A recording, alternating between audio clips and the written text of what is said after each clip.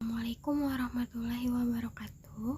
Perkenalkan, nama saya Nanda Yunita dari kelas B dengan NIM A1A020169 akan menjelaskan tentang pemaparan paragraf. Pengertian paragraf.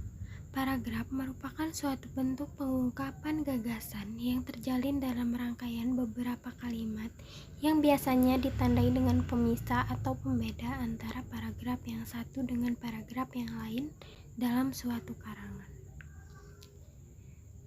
Penanda paragraf. Paragraf menjorok ke dalam seperti pada di gambar. Paragraf merenggang. Paragraf gabungan. Unsur paragraf. Yang pertama ada transisi atau mata rantai penghubung antara paragraf. Yang kedua kalimat topik. Kalimat yang mengungkapkan secara jelas gagasan atau ide dalam setiap paragraf. 3. Kalimat penjelas. Kalimat yang menjelaskan atau memperluas pemaparan ide pokok. Kalimat penyimpul atau kalimat kesimpulan atau ringkasan isi dari kalimat penjelas yang terdapat pada paragraf. Contohnya, transisi. Bagaikan seorang ahli, ia mulai melukis di atas kanvas. Kalimat topik, penjelas dan penyimpul. 1. Surat merupakan alat komunikasi yang paling efektif. 2. Melalui surat informasi yang disampaikan dapat diberikan dan dibaca langsung oleh penerimanya. 3. Dengan biaya yang relatif murah, surat segera dapat diterima atau diketahui dengan keadaan aman. 4. Artinya informasi tidak dapat disadap oleh orang lain. 5.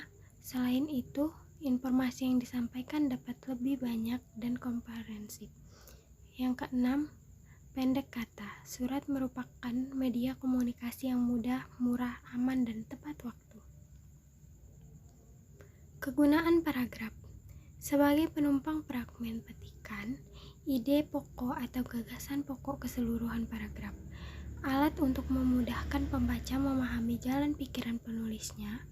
Penanda baca pikiran baru dimulai. Alat bagi pengarang untuk mengembangkan jalan pikiran secara sistematis. Dalam rangka keseluruhan karangan, paragraf dapat berguna bagi pengantar, transisi, dan penutup. Syarat-syarat paragraf. Yang pertama, kesatuan, kepaduan, kelengkapan, konsistensi sudut pandang, keruntuhan. Jenis-jenis paragraf. Yang pertama ada eksposisi.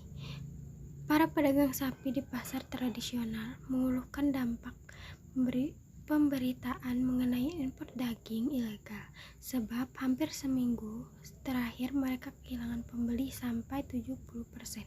Sebaliknya, permintaan terhadap daging ayam dan telur kini melonjak sehingga harganya meningkat. Argumentasi. Pendidikan di Indonesia adalah pendidikan yang sangat mahal dan tak terjangkau bagi masyarakat yang tidak mampu. Pada tahun 2010 saja terdapat 1,0 juta siswa SD hingga SMA yang putus sekolah. Biaya pendidikan yang mahal diperkirakan menjadi sebab tinggi angka putus sekolah di tahun 2010 tersebut. Deskripsi. Gadis itu menatap Doni dengan seksama. Rambutnya hitam lurus hingga melihat garis pinggang. Matanya bersinar lembut dan begitu dalam, memberikan pijar mengesankan dan misterius. Ditambah kulitnya yang bersih, dagu lancip yang menawan, serta bibir berbelah. Dia sungguh tampak sempurna. Persuasi. Banyak orang yang meremehkan sampah, bahkan tidak terpikirkan hal yang akan ditimbulkannya. Walaupun tempat sampah banyak disediakan, tetapi kepedulian seseorang terhadap sampah sangat kurang. Sebagai siswa, kamu sebaiknya menyadari dan memiliki sikap peduli terhadap sampah. Oleh karena itu, buanglah sampah pada tempat sampah. Paragraf narasi.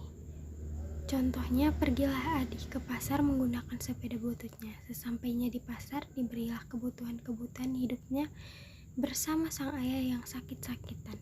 Setelah semua barang terbeli, ia kembali mengayuh sepeda tuanya menuju rumahnya yang hanya berupa gubuk di pinggir sungai. Macam-macam paragraf.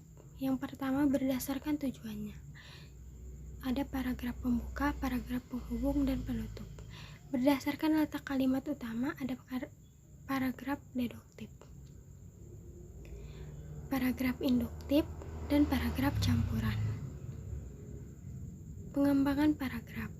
Pengembangan dengan fakta, pengembangan dengan analogi, pengembangan dengan contoh secara sebab akibat, pengembangan dengan definisi, pengembangan dengan klarifikasi. Terima kasih. Sekian dari saya. Wabillahi taufiq wal hidayah. Wassalamualaikum warahmatullahi wabarakatuh.